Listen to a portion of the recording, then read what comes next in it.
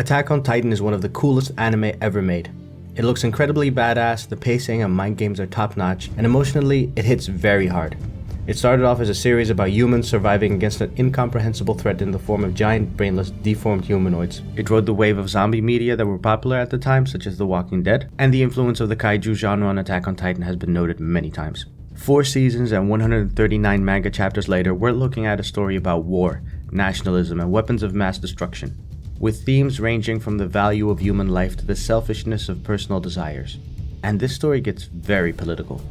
But I haven't found a lot of analysis about the politics of Attack on Titan, other than the problematic usage of fascist imagery. So I decided to make a breakdown myself. And boy was this a mistake. I've driven myself crazy writing this, and a big part of my research involved watching a lot of things that made me very sad. So please send me videos of puppies. But did I find anything to say? I think so?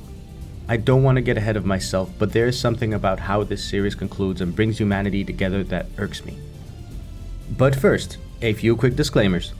I don't know Hajime Isayama and I don't claim to know what he's thinking. I'm just giving my interpretation of the story he wrote. A reading, if you will. Enough has been said about Attack on Titan's problematic use of fascist symbols. That is not what this video is about.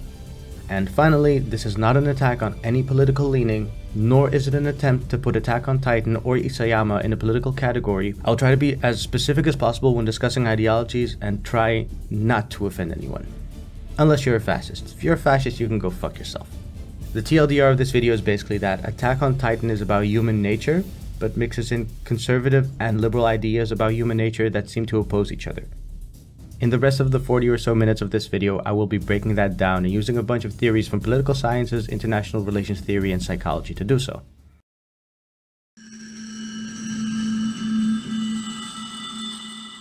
The hierarchy of needs divides the things we need to have a fulfilling life into categories based on their place on our priority list. It works as a pyramid because, as with many things in life, you need a strong base that you can build on. First off, we have physiological needs. You need to eat, drink, and reproduce, otherwise you die. You have to physically stay alive, and you have to reproduce for your species to survive. Then come our safety needs. We want to be protected from threats. That's why we build houses and why we have police. To develop a society, we need to feel safe. Why would you build anything or save up money if you could lose it at any moment? Most people in the richer countries of the world have these two covered. In a socialist utopia, all of us will be taken care of. Next up, we need love and belonging. Once we have ensured our safety, we can let others into our lives. Being lonely sucks. Humans are social animals. We need each other to survive, so evolution made us crave connection. The fourth need, esteem, can be divided into 2 parts. I want to call them external and internal esteem. The external esteem is our need for recognition from others. This can be in the form of praise or status. Internal esteem is our need for self-love and self-esteem. You can have all the recognition in the world and still be sad and insecure. Finally, self-actualization is all about achieving your goal in life, getting the most out of it.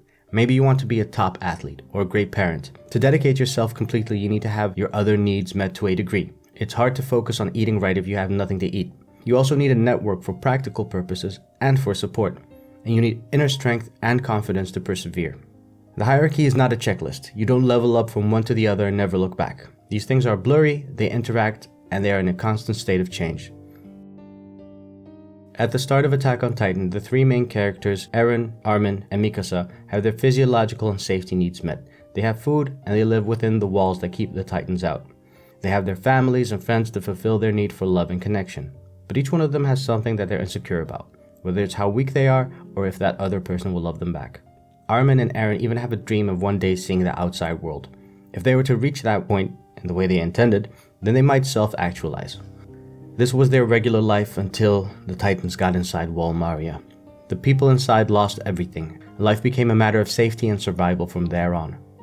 2 sentient Titans took charge of this assault. That meant that this event was planned and that the threat of another breach would always hang over their heads, so the people inside the wall were constantly in survival mode. During this attack, Eren developed his second life goal, to exterminate all Titans. Because of the breach, a lot of terrain was lost. That meant less food and less homes. A large group of people had to be sacrificed so there would be enough food and space for the rest. Once the survival of the society within the wall was guaranteed, things returned to a more cramped version of normal. Physiological and safety needs were met once again. Armin, Eren, and Mikasa then went to the military academy. There they came into a new situation where they could form bonds with friends and worry about how well they did as cadets. Love and esteem were now back in the picture for them. The series realistically captures changes in their living situation and how characters dealt with those. You could easily follow where they were on the hierarchy of needs because people behave differently based on their circumstances. You wouldn't sacrifice a large group of people if you didn't have a food shortage, I hope. What if you believe, or you're led to believe, that you're in a constant state of being threatened?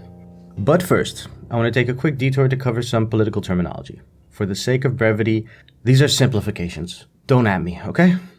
Most political ideologies can be categorized into a handful of umbrella ideologies. Those are conservative, liberal, and radical. Some people include moderate and reactionary, but let's leave those out for now. Just so we're clear, these are not the colloquial American uses of the words conservative and liberal. Those have different loaded meanings over there. There are many forms of conservatism, liberalism, and radicalism. Each group of ideologies has basic assumptions that connect them. As this table by Popple and Leininger shows, they each have different attitudes towards the following subjects: human nature, individual behavior, family, society, the roles of the government, and the economic system. Very simply put, conservative philosophies assume that people are inherently bad or selfish. People are only out for themselves and they would use each other for their own personal gain if nothing stopped them. So they assume the worst in people. Liberal philosophy assumes that humans are inherently good, but they should be given a structure that reinforces good behavior. In liberal economics, it's assumed that if people are free to follow their own pursuits, then that freedom will naturally lead to the best outcome for society. They assume that all those pursuits are good and noble, and if individual people do what's good for them, then the good of society will figure itself out. Radical philosophy assumes that people are inherently good, but society corrupts them, so large-scale changes to society are needed. You've seen the memes. Billionaires are messing up the planet. It's time to eat the rich. If you agree with that, maybe you're a radical. The focus for the rest of the essay is on conservatism and the assumption that people are selfish and need rules.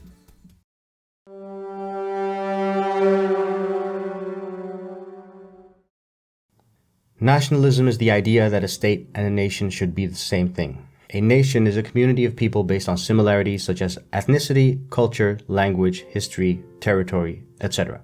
A state is a political entity, often defined by the legitimate use of violence. So a state owns an army and or police force to protect the inhabitants, but also to make them obey laws.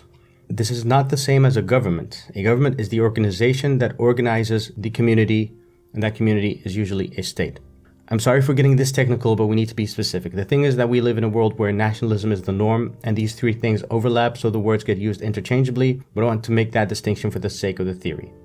As the story of Attack on Titan progressed, it became about conflicts between groups of sentient humans who used titans as weapons. So yeah, humans were the bad guys all along. The people inside the walls are not the last humans. The rest of the world has developed technology comparable to that of the real world around the time of the World Wars. The people inside the walls are part of the Eldian race, the only race of people who can turn into titans. In the past, the Eldians used the titans to conquer the world. It all started 2,000 years earlier with a girl named Ymir who fled for her life and crawled into a tree where she received the power of the titans. She passed it on to her descendants, and for generations, those who controlled the titans controlled the world. There's a distinction between the brain-dead titans who devour people and the sentient titans. Ymir's power was divided amongst 9 sentient titans who each have unique powers. The drawback of becoming one of those titans? You only get to live for 13 more years. The royal family controlled the founding titan, which has control over all Eldians. It can command them, but also make changes to their bodies and minds. The power of the founding titan requires the host to also have royal blood. The other 8 titans were divided among 8 noble families. These families fought each other for hundreds of years, and because they couldn't stop going full Game of Thrones on each other, the last king of Eldia left for the island of Paradis with as many Eldians as possible to live in peace. He erected the walls using titans and erased the memories of his subjects. They knew nothing of Eldia or the history of the titans. Back on the mainland, the Marleyan people rose up and gathered the power of 7 of the 9 titans. They became a heavily militarized country that loved to expand its borders. The remaining Eldians around the world were from then on treated as subhuman. They live in internment zones, and like the Jewish people in Nazi Germany, they wore armbands to indicate their heritage.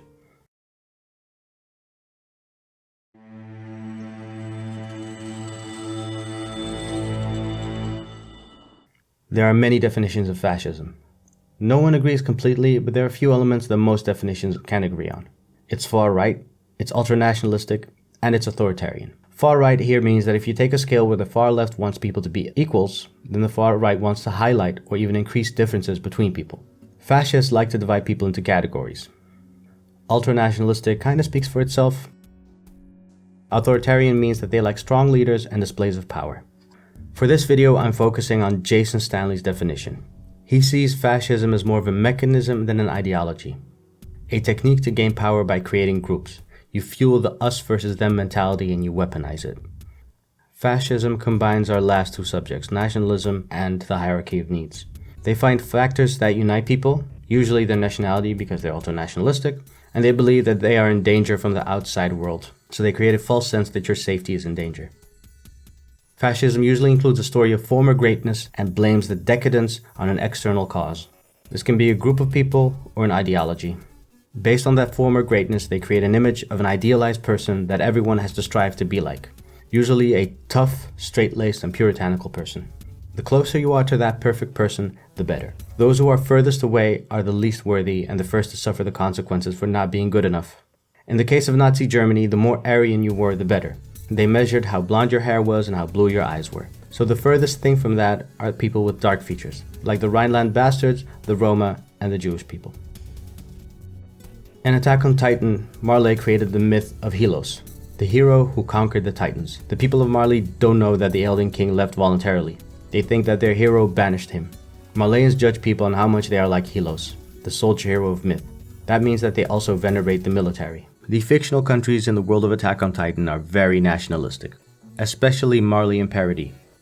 They draw heavily on patriotism as a motivator for their people. The characters have to continuously show how much they love their country to their superiors and their compatriots. These countries are conservative in nature and they assume the worst in people. So it's up to you to constantly prove that you're one of the country living good guys. Because you don't want to be un-Eldian or un-Marleyan. That would be bad. Questioning the status quo is dangerous, so citizens have to be on their guard at all times. Not because of their enemy, but because of their ally. Because you never know who's listening. So even though they live in a developed country and a bunch of their needs are met, people are still put in a constant state of survival. They have to keep looking over their shoulders. On Parody, a hardline rebel faction emerges called the Jaegerists. They want Eren to be the leader of the new Eldian Empire. They believe that Eldia is in danger and only Eren can save them. In Season 4, they take over the military and they establish a system that ranks people on when they joined and how they joined. True believers versus those that were coerced. The Eldians who live in Marley are indoctrinated to believe that they deserve the harsh way that they are treated and to hate the Eldians who left them behind to live on Parody. They are island devils who are a threat to the world. Marley is a prototypical fascist country. They are ultra-nationalistic, they group people into categories so they are far-right and they are authoritarian. Like any good fascist country, the Marleyans are constantly at war and in a constant state of martial law. There's always a new enemy to unite the country. The opposite of Helos are the Eldians who were hated by the entire world, because they are scary. Marley fought many wars against other nations and it helped the Marleyans that they could unite the conquered countries through their shared hatred of the Eldians. However, these newly incorporated peoples are seen as lesser beings, somewhere between Marleyans and Eldians. In a scene where ambassadors from multiple countries visit Marley, the Marleyan ambassador makes jokes at the expense of his guests. He speaks as if they should be lucky to be there, that Marley has the right to look down on them because Marley is stronger than they are, and that is the ideology of fascism. Power equals superiority.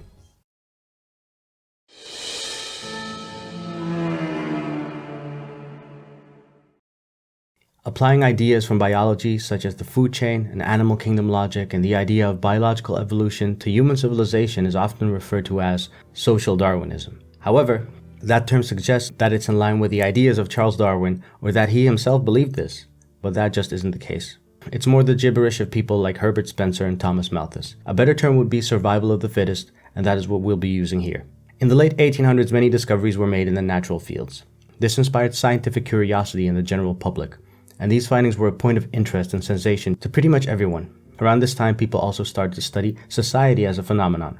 Some writers from that time were inspired by all the discoveries in the natural field and believed that society could be seen as a biological organism that grew in complexity. Back then in the West, nature was still seen as made by God. Some of the science had God wrapped up in the calculations. The assumption was that God exists and created everything that was natural. And seeing as how God was perfect, everything that they made had to be perfect too. The analogy of God as a master clockmaker and nature as an intelligent design was already a few centuries old by this point. But the scientists from the 1800s concluded that because nature is so perfect and works like clockwork, the more society is like nature, the more perfect society will be. So they started applying theories from biology to society. They claim that there are forms of competition within and between societies, and only the strongest societies can survive. If you assume that that's true, they need to prepare for the inevitable clash with your competitors. And that led to ideas such as getting rid of the weak in your society to be stronger against other societies. So humans were classified into ranks and tiers, and that in turn led to ideas such as eugenics. These theories were a source of inspiration for the Nazis and other fascist groups. It fit right in with their far-right ideology of highlighting differences between people, pointing at the cruelty of nature to rationalize their methods, not just in the past but in the present too. A few years ago, a fascist member of the Dutch parliament said that immigrants and mixed-race couples are homeopathically thinning out the Dutch race. The people in the world of Attack on Titan view others in a similar way. Aliens are seen as lesser humans, often referred to as devils, and seen as expendable.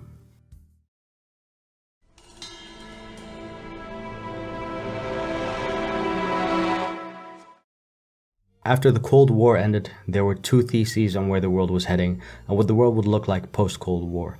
One thesis was The End of History by Francis Fukuyama. Western democratic capitalism was the end goal of any society. It was the highest possible form of government. It was now a matter of guiding the rest of the world to that point. The peaceful liberal thesis.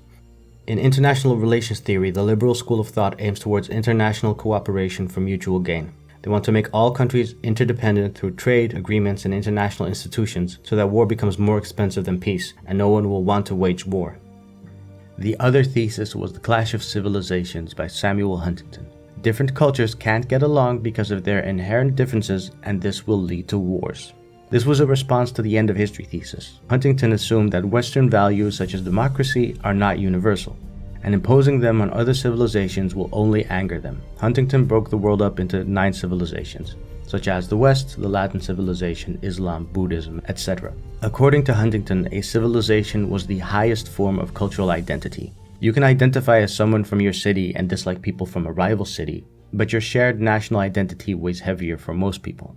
Civilizations are another step above that. French and British people have different identities, but there is overlap. They both share democratic Western values, they fought wars together and against each other, so they share a history, and they have linguistic similarities. So they are part of the same civilization. My one big issue with this thesis is that it assumes that people can't identify as just humans or earthlings, which I think is BS. And it's one of the things stopping us from achieving fully automated luxury gay space communism. The Clash of Civilizations is a realist thesis. Realism is a school of thought in international relations theory that believes that world politics is in a constant state of conflict and that every state is selfishly looking to increase its power. So realism can be grouped into the larger umbrella of conservative ideologies because they assume that human nature is selfish and by extension, so are states. You either dominate over others or you are dominated by them. If everyone else is constantly trying to increase their power, they will become a threat to you if you don't do the same. Neoconservatives or neocons, the modern version of conservatives, believe that power, be it economic, political, or military, that is not used is in essence wasted. They want their power to be an ever-looming threat. Neocons basically want peace through strength. If your country is strong enough, no one will challenge you, and that way you have a form of peace. But is it worth it if you're oppressed by this ever-looming threat of force? A different way of looking at it is that conservatives see politics as a zero-sum game. A zero-sum game is a situation where there is a set amount to be gained. There is a fixed total prize pool that can be divided. There's only one pizza. And if you get a slice of that pizza, then there's one slice less for the rest to fight over. Where the politics of Attack on Titan really gets muddled is that one of the main themes is freedom. Eren and the other people within the wall want to be free, but freedom in the world of Attack on Titan is treated as a zero-sum game. That means that if you gain freedom, it's at the expense of someone else. And that isn't real freedom, it's power play. Only the powerful are free. Some of the main characters in Attack on Titan want to develop relations with the other countries and show that they're not a threat, which can be seen as a liberal approach to international relations. However, the outside world is out to conquer parity. The military technology in that world is getting to a point where Titans might not be the most dangerous weapon anymore. So Marley wants to develop technologies that use a resource that can only be found on parity. That's why they want to attack the island instead of just leaving it alone. In retaliation, the people on Parity come up with a plan to use a secret weapon to keep the rest of the world from attacking Parity Island while they build up relations with other countries and their military. A realist way of doing things. What is this weapon, you might be asking? Well, the walls on Parity were made by petrifying colossal titans. There are millions of them inside the walls, and the founding Titan can command them to awaken from their slumber and trample the planet. This is called the Rumbling, and it's the reason that Marley didn't dare invade Parody before. Gilbert Ashgar wrote a response to the Clash of Civilizations thesis called The Clash of Barbarisms. He wrote that it's not the civilizations in and of themselves that lead to conflict, but certain peoples within each civilization who use culture as an excuse to start conflicts. Human brains are wired for tribalism, but we need identifiers to group people into in-groups and out-groups. Us versus them, your sports club versus mine. Fascists use this to rile up the masses against a common enemy. Here are two examples. The military hawks of the US like to use the army aggressively for intervention in other countries. This century, the US military has mostly been used in the Middle East. In response to the destruction of cities, dictators and terrorist groups in Middle Eastern countries can point at those actions and say that Westerners hate Muslims. So both sides have a focus on the us versus them mentality. The terrorists get new members and the US Army gets more recruits. It's a hate machine that self-perpetuates, and once it gets going, it's hard to stop.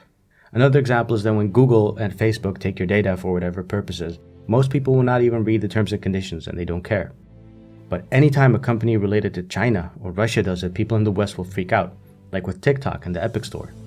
Attack on Titan depicts a lot of hatred between in and out groups, and it's always depicted as bad. The leaders on both sides dehumanize their alleged enemy and take draconian measures against them. There's a moment when a group of Marleyans want to lynch a Middle Eastern coded refugee for stealing a wallet. They propose cutting off his hand. That's how they see their enemy, as their inferiors, as wild animals. But every so often, we're shown that it's not the citizens of Attack on Titan's world that want this conflict, but the people in charge. The military leaders of Marley or the nobles inside the walls. The citizens think that they have no other option because they believe that their safety is at risk. That's what their leaders tell them. But suffering isn't inevitable. It's something that has consciously been chosen. We can see this tragically in Reiner and Gabi. Reiner is a warrior from Marley, a young Eldian who's been chosen to wield the power of the Armored Titan. At the start of the story, he is sent on a mission to Paradis. He's been indoctrinated to believe that he is saving the world by killing the island devils. He destroys the walls and allows Titans to get in and kill people. He infiltrates and joins the military academy where he becomes friends with the main cast. During their second mission, another soldier discovers his true identity. To prevent anyone else from finding out, Reiner and the other infiltrators strip Marco of his gear and leave him to be eaten by a Titan. As the Titan grabs him, Marco's last words were, "We didn't even have a chance to talk about this." This murder haunts Reiner. Living with the Eldians on Paradis has made him empathize with them. He can't see them purely as enemies anymore. He develops a split personality because he can't reconcile the two parts that he's been playing. After returning home and dealing with what he's done, he at one point gives up on living. When we meet Gabi, she's being trained to become Reiner's successor as the Armored Titan. One of the ruling families of Marley hosts a festival in the capital of Liberia, and the warriors and the warrior candidates have a great time. However, during the festival, Aaron leads the Paradis army in an attack on Marley. They kill innocent people in acts of war that most of them find hard to wrap their heads around. Gabi had to watch some of her friends die during the attack. So she took up a weapon, and she took revenge by killing the island devils. One of her targets was Sasha. Gabi and her friend Falco are captured and brought to Paradis. They escape from their cells, and they're taken in by a family of farmers, including Kaya, a girl their age. On the farm, we see how deeply Gabi has been indoctrinated. She's afraid to be touched by the family of island devils, and she repeats the history that she's been indoctrinated with. At one point, she even considers killing Kaya because she found out that Gabi and Falco are Marleyan. The situation cools down, and Kaya takes them to her old house where she had to watch her mother be eaten by a Titan right in front of her. Kaya and Gabi get into a heated argument about why her mom deserved this suffering. Kaya and her family were born on Paradis and had nothing to do with the outside world. She simply doesn't understand what her mom did to have the outside world hate her so much. Eventually, Falco tells her the truth, that it was a test to see how strong Paradis was in preparation for an all-out attack. Kaya's thankful for his honesty. Falco asks her how she survived. She tells them about the girl that saved her back then. Kaya believes that that girl would have helped them get back home. She wants to be just like her, and that's why she wants to help. The girl that Kaya wants to be like was Sasha, the same person that Gabi shot. This is my favorite moment in Attack on Titan. I remember exactly how I felt when it clicked in my head that Kaya was the little girl that Sasha had saved 2 seasons earlier. So, is the message of Attack on Titan just xenophobia and fascism are bad? It depicts humans up close, when they're in danger of losing their life, but also in endearing moments with their loved ones. The story goes out of its way to humanize the people on both sides of this conflict to us, the audience. They dehumanize each other, but they still matter to us. And that means that these deaths are a message to us. That's why it hits so hard when you see those lives trampled on. And that's why the deaths in Attack on Titan matter. It rubs the pointlessness of these conflicts in our face. But are these conflicts as preventable as they seem to us?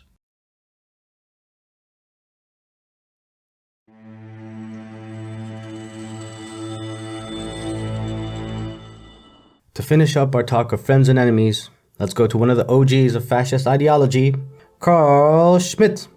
Carl Schmitt was a big-brain conservative philosopher. But just so everyone is on the same page, this man was a hardcore Nazi. He was a big proponent of Hitler, and he used his positions as a professor, a jurist, and editor-in-chief of a Nazi newspaper for lawyers to promote Nazi ideology. And after the war, he fiercely opposed denazification. This man formulated the idea that the essence of politics is the distinction between friend and enemy. And I know that sounds vague, please bear with me. He believed that the way we understand the world can be divided into domains, such as religion or economics. What is religion? Religion is the domain that has to do with God. What is economics? Economics is the domain that has to do with wealth and trade. Politics is different, because according to him, no topic is inherently political. Something becomes political when there are two opposites on either side of a topic. And this conflict has to be intense enough to see the other as an enemy. We've seen in recent years that any topic can be politicized. Global climate change is a fact, it's happening, but it's been politicized. If these discussions go on for a long time, then people dig their heels in. They don't want to admit that the other side could be right to the point that they hold on to their lies. They fear that they will strengthen their enemies if they admit that they're wrong. Again, zero-sum thinking. Remember how I said that conservatives assume that humans are bad and will devour each other if given the chance? That everyone is your enemy unless something prevents them from attacking you?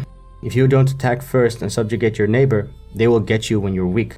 And in the mind of Schmitt, this is the case between people, between ideas, and between countries.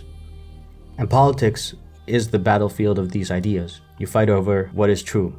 History is written by the victor. So his concept of politics is based on conflict. And once I understood this, I started to understand why conservatives and reactionaries feel threatened by everything all the time. Anything that doesn't agree or align with their ideas is seen as a challenge to their beliefs, and means that they might lose ground or that they might lose dominance. For example, LGBTQ plus people existing is a challenge to their one and only conception of romance as being between a cis-het man and a cis-het woman. A common way that the ideas of Schmitt are told is that the only thing that could bring humans together is an outside threat like aliens or titans, but the characters in the series think that this is dumb.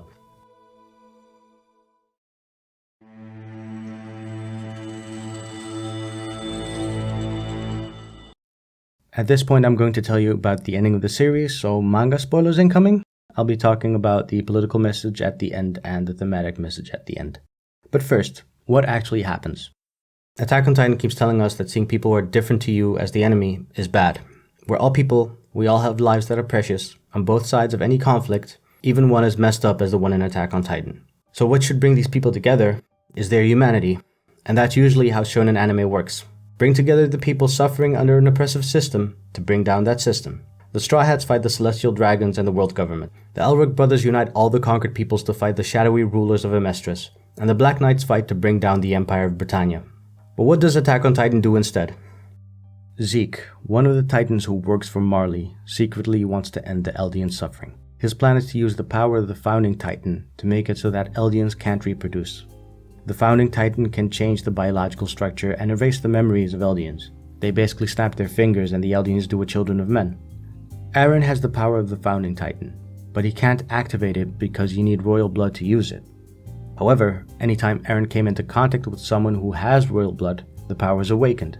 Zeke, who's Eren's half-brother, does have royal blood. And a large part of the post-time skip story is them trying to get into contact with each other and others trying to prevent them.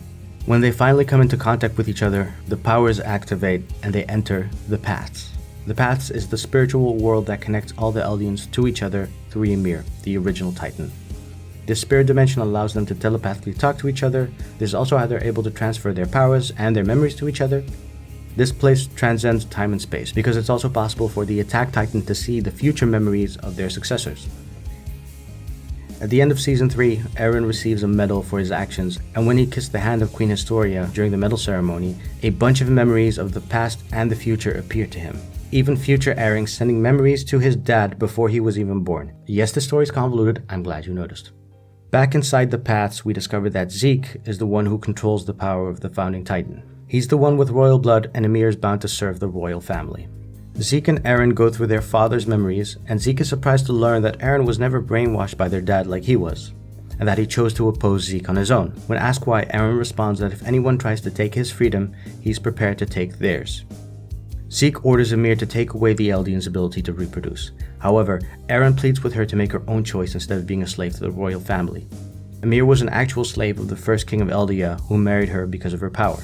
She always did as he commanded, and he commanded that she keep serving him. So she continued to serve his bloodline for 2,000 years. Their daughters inherited her power, and they in turn would pass that power on to their descendants. Eren convinces Ymir to stop obeying the royal family and to give him the power to end everything. His wish for freedom is so strong that it resonates with her, which is the most anime thing in all of Attack on Titan. She stops listening to the royal descendants and she grants her power to Eren, who uses that power to unleash the rumbling. The titans inside the walls on Paradis are let loose and roam across the world, trampling anything they come across underfoot. The rumbling lasts for 4 days and kills 80% of the world's population. In Eren's mind, the Eldians on Paradis couldn't continue with Zeke's plan to sterilize them and prevent the birth of future titans. The outside world already hated them, and they would have no way to protect themselves because their military isn't advanced enough yet. Eren feared their annihilation. That's why he attacked the other nations of the world. It was a zero-sum game of freedom to him. They were going to take his freedom, so he took theirs first by crippling them militarily. Eventually, the Eldians of Paradis and Marley unite to fight Eren, whose powers do the anime and JRPG thing of exponentially increasing just before the end. They manage to beat him and a few things happen. The Eldians lose their Titan powers.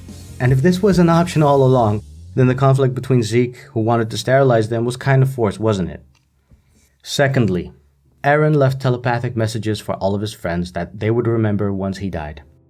Thirdly, the main cast aren't killed by the rest of the world for being Eldians because they lost their power and everyone blames everything on Eren anyway. However, the world is filled with uneasiness and suffering. Back on Paradis, the Jaegerists remain hostile to the world. The main cast are chosen to be ambassadors of the world to go to Paradis and negotiate with them. They believe that this conflict will not end until one of these two sides is wiped out. The series ends with Eren becoming the bad guy that people can unite against. Up until this point, the series has told us that demonizing others is bad. However, its final solution is to unite the good guys by Eren taking on all the hatred for the Eldians on himself. He does the thing that he thought in Season 1 was dumb. He unites the world by giving them an enemy to blame everything on. For a story about freedom, there isn't much of it to go around. It's a selfish kind of freedom that Eren wants for himself and the people around him. At any cost, I would like to add. Remember what I said about peace through strength and all that? That's basically what Eren tries to do. The rumbling is so powerful that no one can challenge him for days. He destroys most of the world so Paradis can't be attacked for a long time. Okay, now let's switch perspective from the main cast of Attack on Titan to the rest of the world. The whole world feared Eldians because of the possibility of the rumbling and their crimes of the past. The series literally ends with the rumbling happening to an extreme degree, yet the main cast and presumably the other Eldians who aren't Jaegerists are absorbed into the rest of the world's population. Eren didn't want his friends to become Titans, so they could live long lives, and for that reason he killed 80% of the world. How could the rest of the world not hate them? Now let's take Luffy from One Piece as a counterexample to this. Luffy wants to be the king of the pirates because the king of the pirates is the most free person in the world. However, he doesn't raid and destroy all the countries he visits. Instead, he overthrows evil rulers who oppress their subjects and he inspires people to stand up for themselves. His form of freedom through strength is a peace-loving one that spreads like a flame. Not one that's radioactive in a cynical story about how bad humans are or can be. Some manga and anime have a bad case of what I like to call anime moral relativism, or explain everything away no jutsu. Evil deeds are forgiven because the bad guy had a tough time or they had a hidden noble reason. In the final chapter, it turns out that Eren visited all his friends telepathically inside the paths. He made it so they would forget about this until he died because otherwise they wouldn't fight him. The memories bring them to tears because Eren took on the world just for them. He's so noble. Where to even begin with this? This is total BS. They should have extreme survivor's guilt because 80% of the world died for them. Darkest dungeon their asses, please. Another problem with the ending that Eren wants is that it requires death and destruction. It doesn't break the cycle of violence. It will lead to new grudges against the Eldians and it will perpetuate the violence. The Aegirists still believe that the world is out to get them. A good portion of the population is with them. When the main cast goes to negotiate with them on behalf of the rest of the world, the Aegirists are shown to be ready to fight. Eren used fascist techniques to rile them up. They continue to spread that hardline ideology, and that is something that's hard to put out for good as long as people believe that they're in danger. I mean, their glorious leader just killed 80% of the world. Would you think that the world would just forgive you? Speaking of breaking the cycle, in the final chapter we find out that Ymir kept obeying King Fritz because she was in love with him. She hoped that someday he would reciprocate those feelings if she did what he asked. This went so far that she passed on her powers for 2,000 years while she stayed in the paths to give that power when it was called on. Mikasa throughout the show is slavishly devoted to Eren. Eren saved her life once and made her feel safe. He wrapped a scarf around her, and we are never allowed to forget that. She kept on loving and defending him, even after Eren turned into the bad guy. Luckily, she was able to get over him enough to chop his head off and break the cycle. Eren inspired Ymir to be free, and Mikasa inspired her to let go of her toxic relationship. And as Mikasa kisses Eren's decapitated head, Ymir watches and smiles. Mikasa has an important role in this season, but we don't get much from her perspective. In previous seasons, we heard a lot of the thoughts that Eren and Armin had.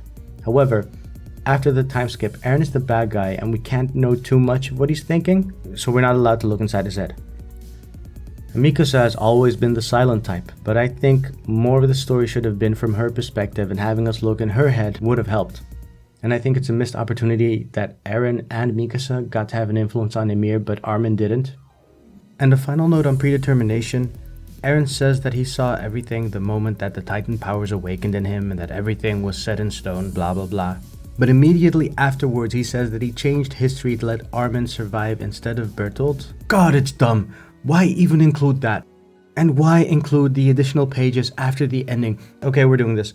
Another dumb trope that seems to be added to a lot of stories is a sense of circularity.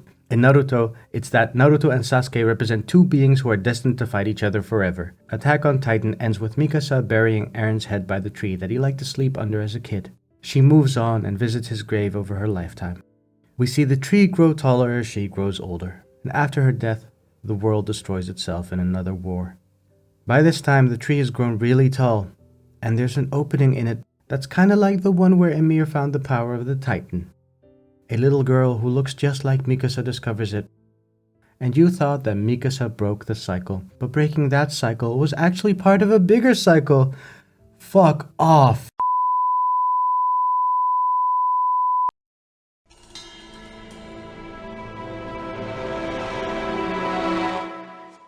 I found it very difficult to write this conclusion because a lot happens in the ending of Attack on Titan. So I'm sorry if this was hard to follow. I've been invested in this series since the first season came out in 2013, so I felt disappointed when the final chapter got so muddled and contradictory. And trying to follow all those contradictions and point out where they happen and mess up felt like trying to hunt down the Illuminati with a corkboard and string. The series ended on a note that was somewhat okay to me. Mikasa is sitting by Eren's grave under the tree, and she's visited by a bird that might be Eren, who wraps her scarf around her one last time. Birds and wings have been a symbol of freedom throughout the story, so does this mean he's finally free? Does he get to enjoy his freedom in the afterlife now that he's killed most of the human population?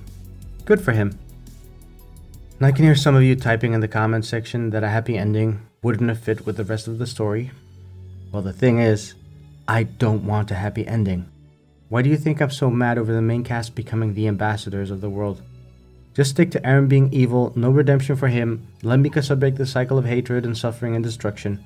Code Geass did this type of ending really well. Couldn't Isayama just watch Code Geass? The worst acts in the story are those of selfishness and holding on for too long. Eren selfishly wanted freedom only for his loved ones, and, 2,000 years of death and destruction over a toxic relationship. But we need stories about war in a world where authoritarian politicians are gaining ground. The number of displaced people around the world has doubled in the last decade, and the threat of World War III has popped up a few times. So showing a bleak depiction of the world is great. Seeing our darkest timeline might help us prevent it. But don't venerate the most horrible person for solving the problem by killing most of the planet. That's throwing out the baby with the bathwater. I can just imagine Aaron at a job interview going, "Yeah, I have great problem-solving skills." Painting Aaron as a martyr for being selfish muddles what's great about this story. The best moments in Attack on Titan are when characters go out of their way to help others despite their differences, when they are selfless, and when they can rise above group animosity. Because I think humans are at their best when they're selfless.